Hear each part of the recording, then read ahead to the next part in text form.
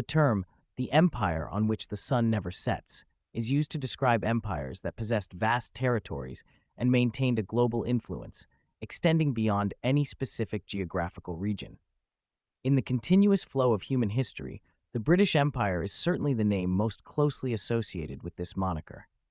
During its peak, Britain proudly held the title of the largest empire in human history by land area, stretching across 5 continents, ensuring that the sun was always shining upon at least one of its territories. Join us in today's video as we explore the historical journey of Britain's rise to become this great empire. The foundations of the British Empire began to be laid when England and Scotland were still 2 separate kingdoms. England suffered severe devastation from the Hundred Years' War, 1337 to 1453, with France and the Black Death pandemic, which raged from the late 14th to the mid-15th century. The chaotic social conditions, coupled with the weak rule of King Henry VI, led to a series of civil wars to claim the English throne between the 2 branches of the Plantagenet dynasty, the York and Lancaster houses, lasting from 1455 to 1485. The ultimate result of this bloody conflict, known historically as the Wars of the Roses, was the formation of a new dynasty, the Tudors. Following the decisive victory at the Battle of Bosworth Field in August 1485, Henry Tudor ascended the throne as king, ushering in a new, glorious period in English history. Henry VII quickly consolidated power by establishing his own army and suppressing any lord attempting to revolt. Recognizing the wealth gained by Spain and Portugal from maritime exploration, in 1496 he commissioned the explorer John Cabot to lead an expedition to find a route to Asia via the North Atlantic. From this point, England began to assert its position as an important European power. In 1509, Henry VIII succeeded to the throne. He made a bold move by dissolving the Catholic Church, separating from the Roman papacy, and establishing a separate church for the kingdom through acts passed in 1534. This event demonstrated England's growing prominence, gradually escaping the influence of the Roman Empire and sowing the seeds for a powerful future British Empire. Henry VIII also focused on rebuilding the English Royal Navy, consolidating control over Wales under the Acts of 1535 to 1542, and beginning the colonization of Ireland by settling Protestants from England and Scotland there. He also promoted plans for expeditions and colonial settlements to boost trade. Queen Elizabeth I ascended the throne in 1558, restoring the Reformed religion, which had been altered during the reign of Queen Mary I, and licensing numerous oceanic voyages to expand England's colonies. During this period, the Protestant Reformation turned England into a bitter enemy of Catholic Spain.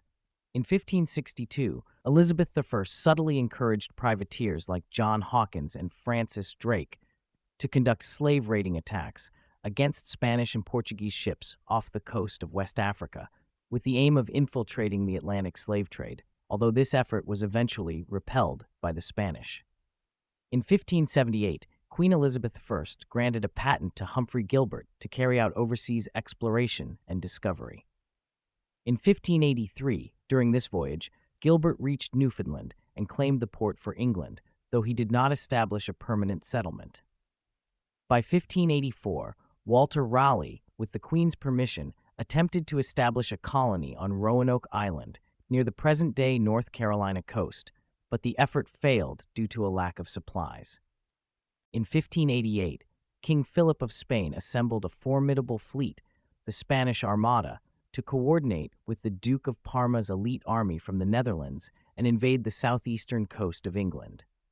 When the Spanish fleet anchored near Calais, the English used fire ships filled with burning pitch and gunpowder to feign an attack, forcing the Spanish to cut their anchors and flee.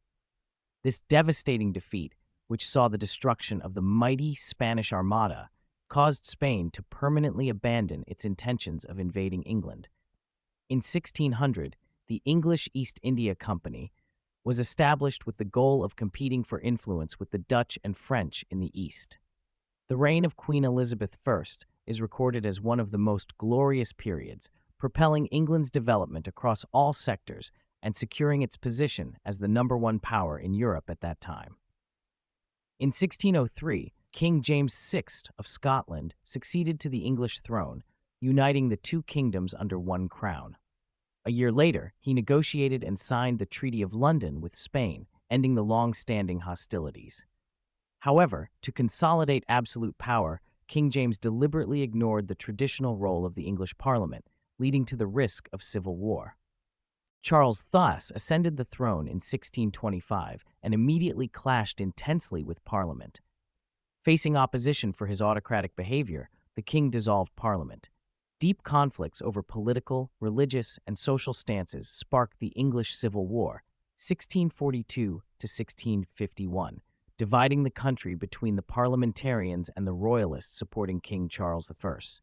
This civil war was part of a more complex series of conflicts, 1639 to 1653, that took place across the kingdoms of England, Ireland, and Scotland. Also during these early years of the 17th century, the colonization of North America and the small Caribbean islands achieved significant progress.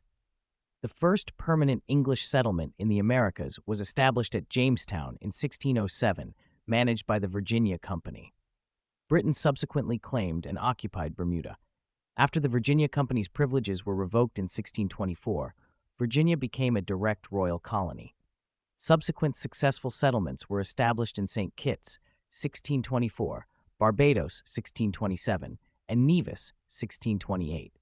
Maryland, 1634, was founded as a refuge for Roman Catholics, followed by Rhode Island, 1636, and Connecticut, 1639. In 1649, King Charles I was captured, tried, and executed for plotting to restore the old absolute monarchy. The British Empire became a commonwealth led by Lord Protector Cromwell. However, by 1653, Cromwell's ambitious army carried out a coup, dissolving Parliament and establishing the Cromwellian dictatorship, which replaced the short-lived republic. To ensure that the increasing profits from maritime trade remained in English hands, in 1651, Parliament passed an ordinance mandating that only English ships could trade within English colonies. In 1655, Britain annexed the island of Jamaica from the Spanish. Conflicts during the colonization process led to wars between Britain and the Netherlands. These hostilities temporarily ceased when King James II was overthrown in 1688 by an alliance of the English Parliament and a Dutch expeditionary force led by Governor William of Orange. The subsequent peace between Britain and the Netherlands allowed the two nations to enter the 9 Years' War as allies in Europe. Ultimately, these European conflicts resulted in Britain gradually becoming a stronger colonial power than the Netherlands. In 1701, Britain, Portugal, and the Netherlands aligned with the Holy Roman Empire against the Spanish-French alliance in the War of the Spanish Succession, ending in 1714. Thanks to this victory, the British Empire annexed several key territories: Newfoundland and Acadia from the French, Gibraltar, and Minorca from Spain. Gibraltar became a critical naval base, allowing Britain to control the entrance and exit of the Mediterranean Sea. The 7 Years' War, 1756 to 1763, was a large-scale global conflict that concluded with a decisive victory for the British-Prussian alliance. The signing of the Treaty of Paris, 1763, brought profound consequences for the future of the British Empire. In North America, France conceded Britain's claim to Rupert's Land and ceded New France to Britain. Spain ceded Florida to Britain.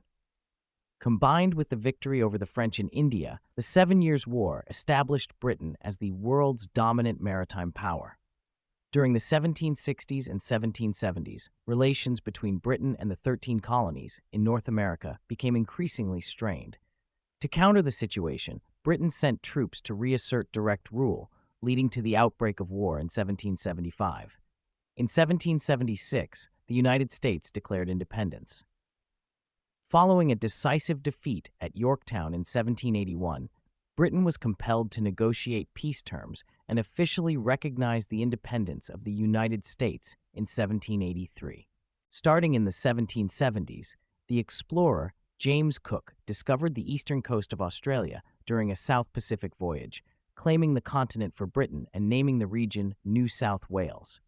He also set foot on New Zealand and claimed sovereignty there. Concurrently, The Industrial Revolution rapidly advanced in Britain, fundamentally transforming manufacturing. Key inventions that dramatically increased productivity, such as the spinning jenny, power loom, and steam engine, emerged in quick succession. The widespread use of the steam engine meant that the fire of coal illuminated the night sky. However, in the early 19th century, the island nation faced a new threat of invasion from the French army led by Napoleon. The Royal Navy blockaded French ports and secured a decisive victory against a combined Franco-Spanish fleet at Trafalgar in 1805. The victory of the Duke of Wellington at the Battle of Waterloo in 1815 completely ended Napoleon's ambition to invade Britain. Subsequent peace treaties forced France to cede Malta, Mauritius, St. Lucia, and Tobago. Spain ceded Trinidad, and the Netherlands ceded Guyana and the Cape Colony to Britain. The English East India Company continued to expand the British Empire's territory in Asia.